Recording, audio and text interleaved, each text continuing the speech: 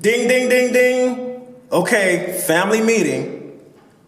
You imagine thinking about that for Aunt Joe or Grandpa Bill or Grandma Vi, who all of a sudden can't manage their finances and you have to step in as the adult child. But what about a family meeting for your own family's finances?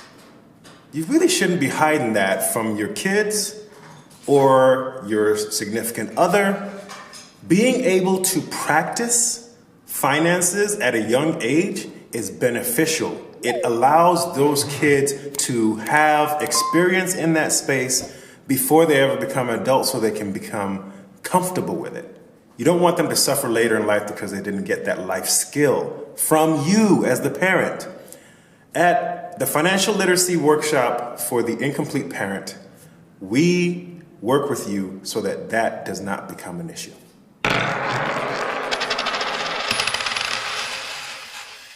Thanks for watching. A registration link is in the video description.